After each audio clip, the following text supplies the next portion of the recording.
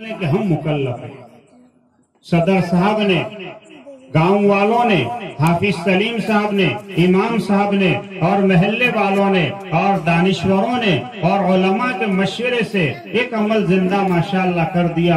بہت مبارک ہو، اللہ آپ کو ہمیشہ اس پر قائم و دائم رکھے، نظر بد سے آپ کی اور آپ کے گھروں کی اور کھیتی باڑی اور مال و منال کے اللہ حفاظت فرمائے۔ لیکن باقی جتنی چھوٹی بڑی چیزیں ہیں آہستہ آہستہ اس کو نکالے۔ میں پردہ نشین میرے معزز ماؤں بہنوں سے بھی عرض کرتا چلوں گا کہ آپ بھی ان کا نکالنے میں ساتھ دیں۔ بہت سی جگہ ہم جاتے ہیں تو مرد تو مان لیتے ہیں کہ تم نے قرآن پڑھا، حدیث پڑھا، اس کے آگے ہم نہیں نکل سکتے۔ جیسے ہندوستان کے بارڈر ہیں، اس بارڈر کے آگے ہم بغیر قانون کے نہیں نکل سکتے، اسی طرح لیکن کہتے ہمارے گھر والیاں نہیں مانی۔ میں سمجھتا ہوں عورت تو بڑی دل کی نرم ہوتی ہیں، رقیق القلب اللہ نے اس کو پیدا کیا ہے اور کائنات نے اس کا دل اتنا نرم کیا ہے کہ کبھی گھر والا ناراض ہو جائے اور سختی سے ایک جملہ کہہ دیتا ہے، ٹپا ٹپ آنکھوں سے آنسو جاری ہو جاتے ہیں۔ اتنی نرم اللہ نے ان کو بنا۔ آپ ان کا ساتھ دیں اور مل جل کر کہے کہ ہم ان کو نکال دیں گے۔ ہم نبی کی سینے سے چٹان نکالنے والے بنے، کھریدنے والے بنے، نبی کو تکلیف دینے والے نہ بنے۔ قرآن میں اللہ فرماتا ہے نبی اکرم صلی اللہ علیہ وسلم کو اور اللہ کو تکلیف دینے والے تو کافر ہوتے ہیں، مسلمان نہیں ہوتے۔ اور ہمارے اجمیری والے، ہمارے شاہجہاں پور والے، ہمارے ایم پی والے ایسا کرے تو سمجھ میں آتا ہی نہیں۔ آپ ہی لین دین بند کر دیں گے، اللہ آپ کو نمونہ بنائیں گے اور اپنا جائز حق چھوڑ دیں گے۔ اللہ کے نبی نے فرمایا ہاتھ پکڑ کر بیچوں بیچ جنت میں بنگلہ دلانے کی میں ذمہ داری لیتا ہوں۔ یمحق اللہ الربا ویربی الصدقات، کہ صدقہ مال کو بڑھاتا ہے اور سود، صدقہ ظاہر میں مال کمی کو نظر آتا ہے کہ کم ہو گیا اور سود سے مال بڑھتا ہوا نظر آتا ہے، ایک نظر کا دھوکہ ہے۔ خبر کہہ رہی ہیں صدقہ دے اللہ تیرا مال بڑھائے گا۔ ہاں، کنویں سے پانی نکالو، سالوں سے کھیتیاں آپ کے یہاں ہو رہی ہیں، کنووں اور بوروں سے کہاں سے پانی آتا ہے؟ اللہ کے خزانے سے آتا ہے۔ آپ مال کو قرآن پر، دعوت پر، اہل علم پر، اہل ضرورت پر لگاؤ گے، آپ کے مسجد کے امام و مؤذن پر لگاؤ گے، ان معصوم بچوں کی ہمت افزائی پر لگاؤ گے، اور جتنا لگاؤ گے اللہ تعالیٰ اس سے کروڑ ہا گنا آپ کو دنیا میں دیں گے۔ ہاں، یہ چندے والوں کو، یہ جماعت والوں کو، ان مشائخین کو حقیر نہ سمجھے۔ ہاں، مفتی تقی عثمانی صاحب دامت برکاتہم کا ابھی تازہ فتویٰ آیا، اللہ ان کے عمر کو دراز فرمائے، اللہ ان کے علم و عمل میں ترقی نصیب فرمائے، اللہ ان کے سائے کو تادیر امت پر قائم فرمائے۔ بڑے علم والے، تقوی والے ہیں۔ خدا جس کی حفاظت کرے اسے کون چکھ سکتا ہے؟ ہاں، ابھی قاتلانہ حملہ ہوا، اللہ نے حفاظت فرمائے۔ اس کے بعد فتویٰ دیا حضرت نے کہ ان سفیروں کو معمولی سمجھنے والا، حقیر سمجھنے والا اپنے آخری وقت میں اپنے ایمان کے خیر منائے۔ ہاں، یہ بیچارے گرمیوں میں اب چندے والے آئیں گے دور و دراز سے، جو کچھ ہو سکے ان کا تعاون کرے۔ ہاں، چندہ دیں گے، اللہ 2 گنا ہمیں دنیا میں دے گا، دگنا دے گا، اور مرنے کے بعد نہ جانے کتنا خیر کا ذریعہ بنائے گا۔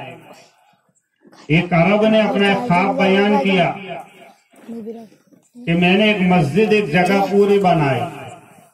اللہ پاک کا وعدہ ہے نبی اکرم صلی اللہ علیہ وسلم کے واسطے سے، من بنا للہ مسجدا لہ بیتا فی الجنہ، جو دنیا میں اللہ کا ایک گھر بنائے گا اللہ اس کے عوض میں جنت میں ایک بنگلہ دیں گے۔ تو اس نے پورا خرچہ اپنی طرف سے کیا، کسی سے کوئی ایک اینٹ بھی نہیں لی۔ تو اس نے خواب میں دیکھا کہ بنگلہ میرا ہے، ایک میرے جیسا ہی وہاں بنگلہ ہے۔ تو پوچھا یہ کس کا بنگلہ ہے؟ فرمایا کہ ایک مرتبہ جو تیرا پڑوسی ہے اس نے ایک ڈول اس مسجد کو پانی پلائی تھی، اس کے عوض میں اللہ نے اس کو ایک بنگلہ دیا۔ وہ تو ایک ڈول پر ایک بنگلہ دیتا ہے، آپ نے ایک بوری غریبوں کو دی ہوگی، آپ نے سویابین 1-2 کلو کسی کو دیے ہوں گے، اللہ نے قبول کر لیے، جنت میں اللہ تعالیٰ آپ کو بنگلے دیں گے۔ مسجدوں پر، مدرسوں پر، ان یتیموں پر، اسیروں پر، بیواؤں پر جتنا بھی ہو سکے خرچ کریں۔ دوسری بات ہے، مکاتب کوئی معمولی نہیں ہے، ایک سے ایک بچے نے کتنا بہترین ماشاءاللہ مکالمہ، قراتیں اور اسی طرح سوال و جواب سیرت کے، فقہ کے، دل باغ باغ ہو گیا۔ یہی بچے اور لڑکیاں آگے جا کے انشاءاللہ عالم بنیں گے، عالمہ بنیں گے، مصلحین بنیں گے، اتقیاء میں یہی جائیں گے۔ ہمارا دیا ہوا یہ سارا سرمایہ آخرت میں ہمیں ملے گا۔ ہم تمنا کریں گے کاش دنیا میں اثر نہ ملتا، سارا اجر آخرت میں ملتا،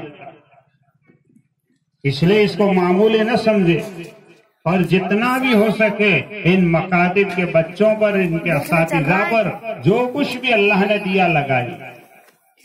غزوہ تبوک کے موقع پر آپ صلی اللہ علیہ وسلم نے چندہ کیا، بہت سے لوگ کہتے چندے والے کہاں سے آ جاتے، چندہ کہاں سے لائے؟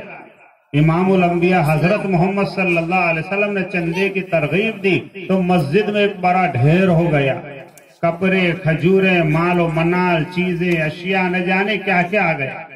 ایک غریب صحابی باغ میں گئے، چند کھجوریں مزدوری کر کے لائے اور سرکار دو عالم صلی اللہ علیہ وسلم کی بارگاہ میں پیش کی، آپ نے برکت کے لیے اس کو چھڑک دیا۔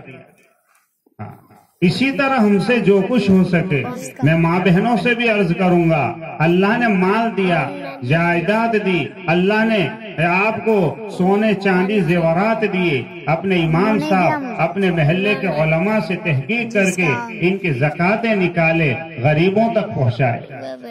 علماء نے لکھا ہے جب سود عام ہو جاتا ہے، رشوت عام ہو جاتی ہے، زکاتیں روک لی جاتی ہیں تو اللہ ٹی بی کی بیماری مسلط کرتا ہے۔ ایک زمانے میں ٹی بی کی بیماری ایسی سمجھی جاتی کہ اس کا کوئی علاج نہیں تھا، حدیث میں آتا ہے ہر بیماری اللہ نے اتاری، اس کا علاج بھی اللہ نے اتارا ہے، لیکن تحقیق میں کمی ہوتی ہے، اس لیے مریض کو صحیح علاج نہ پہنچنے کی وجہ سے اللہ حفاظت فرمائے، موت تو یقینی ہے، لیکن ایک کمی کی وجہ سے مریض کو دوا نہیں پہنچ رہی۔ آج کینسر کی، ایڈ کی بیماری مشکل سمجھی جاتی، یہ کیوں ہے کہ جب یہ سود عام ہوتا ہے، رشوتیں عام ہوتی ہیں، اور اس کے ساتھ ساتھ میرے ماں بہنیں جب یعنی زکوٰۃ روک لی جاتی ہیں تو یہ ساری بیماریاں ہوتی ہیں، خسف آتی ہیں، فسخ آتی ہیں، یعنی زندہ لوگ زمینوں میں ڈھسا دیے جائیں، رات کو سوتے ہیں، صبح اٹھتے ہیں تو شہر کے شہر ختم، زلزلہ آ گئے۔ اللہ تعالیٰ حفاظت فرمائے۔ آگے بتایا کہ ان کی شکلیں بھی اللہ بدل دیں گے، اللہ ہماری امت کی حفاظت فرمائے۔ اور بنی اسرائیل میں ایسا ہوا۔ ہمارا معزز دن جمعہ کا ہے، اذان اول سے پہلے ہم مسجدوں میں جائیں۔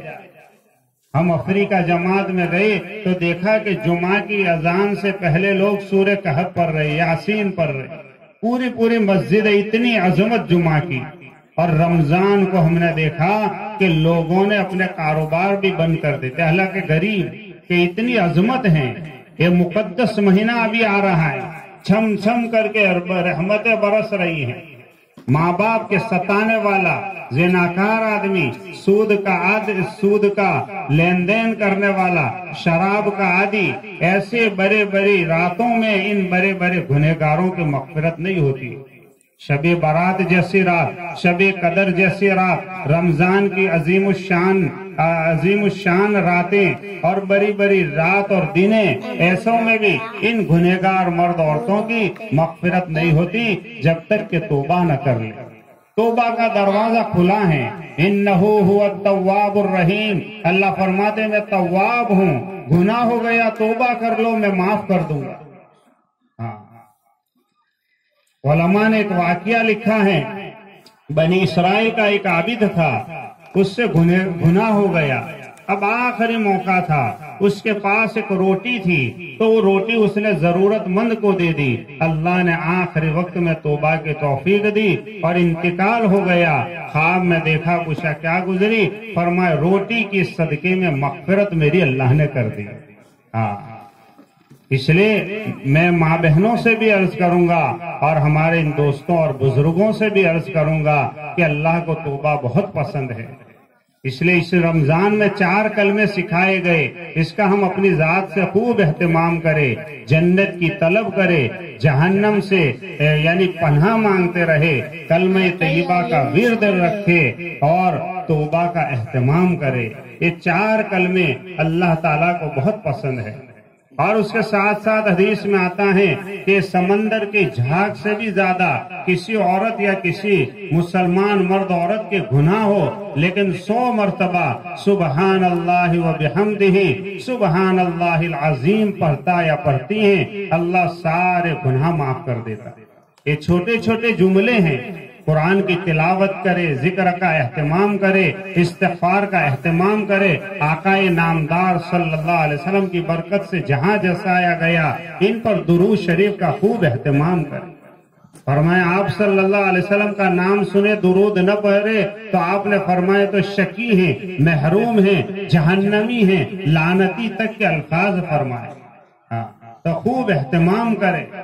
بعض واقعات ایسے لکھے کہ بیماری تھی لیکن کوئی علاج نہیں مل رہا تھا، درود شریف کی برکت سے اللہ نے بیماریاں ختم کر دی، ٹینشن ختم کر دی. اس لیے اس کا خوب اہتمام کرے. ماہ مبارک ہے، گرمیوں میں آتا ہے، اپنے گھر والوں پر، اپنے مستورات پر، اپنے آل اولاد پر، اپنے مسجد کے امام و مؤذن پر غصہ نہ نکالے. اس کا مطلب یہ نہیں کہ ہم احسان کر رہے ہیں روزہ رکھتے، نہیں، اپنی ہی ذات پر ہم تو احسان کرتے ہیں. قرآن کریم کی شروع میں نے آیت پڑھی، اللہ تعالیٰ یہی فرماتا ہے یا ایھا الذین آمنوا اتقوا اللہ، اے ایمان والے مرد عورتوں تقوی اختیار کرو. تقوی کا معنی اللہ سے ڈرنا، خشیت کا پیدا کرنا. حضرت عمر فرماتے ہیں جھاڑدار راستہ ہو، پگڈنڈی، آپ کھیتوں میں آپ کو تجربہ ہے تو ایک مرد عورت وہاں سے گزرتا یا گزرتی ہے تو اپنے کپڑوں کو کیسے بچاتی؟ فرمایا اسی طرح دنیا سے گزر جائے، دنیا کے جھمیلوں میں نہ رہے. بازار سے گزرتا ہوں لیکن خریدار نہیں ہوں. پانی تو کشتی میں ہی چلے گی، ملاح کا کمال یہ ہے کہ پانی کشتی میں نہ آنے دے. ہم دنیا ہی میں رہیں گے، شادیاں کریں گے، کروائیں گے، آل اولاد ہوگی، کاروبار ہوگی، کھیت ہوں گے، بیوی بچے ہوں گے، ماں باپ ہوں گے. ان سب میں رہ کر کمال مومن کا یہ ہے اپنے دل کو شرک سے، دنیا دنیا و کمینہ کی محبت سے اور اسی طرح شک سے، حسد سے، نمیمے سے، چغل خوری سے اور فتین کے فتنوں سے اپنے قلب کو محفوظ کر کے جائے. یہ مومن کا کمال ہے. رہیں گے تو دنیا ہی میں، جنگلوں میں نکلنے کی اجازت نہیں دی. لا رہبانیت فی الاسلام کہ کپڑے پھاڑنا، ملنگ بن جانا، بیوی بچے کو چھوڑ دینا اس شریعت میں اجازت نہیں ہے. کہ رات تک لمبے لمبے سجدے کرنا اور آل اولاد کا حق ادا نہ کرنا یہ بھی شریعت میں اجازت نہیں. حضرت عثمان غنی رات کے شروع حصے میں سوتے، اس کے بعد پھر پورے رات ایک وتر کے 1 رکعت میں پورا قرآن پڑھتے تھے. آقا نامدار صلی اللہ علیہ وسلم کبھی شروع میں سوتے، اخیر میں جاگ جاتے. کہ جسم کا حق، بیوی بچوں کا حق ہے، آنکھ کا حق ہے. ان لزوجک علیک حق، ان لجسدک علیک حق، ان لعینک علیک حق. رواہ البخاری. کہ حقوق بتائے، دنیا دار الحقوق ہے، آخرت دار الاجور ہے. صلہ وہاں ملے گا کہ دنیا والوں سے صلہ نہ لے. یہ کیا دے سکتے ہیں؟ یہ تو وقتی طور پر کچھ دے کر گنا دیں گے. وہ دے کر نہ تھکنے والی ذات اللہ کی ہیں، اس سے مانگے، اس سے اپنا تعلق جوڑے. اس لیے حدیث پاک میں حضرت عبداللہ ابن عباس کی تربیت کرتے ہوئے آپ صلی اللہ علیہ وسلم نے یہی جملے تعلیم فرمائے کہ سوال کرنا ہے تو کس سے کرے؟ اللہ سے. جیسے مکالموں میں بچوں نے کیسی پیاری زبان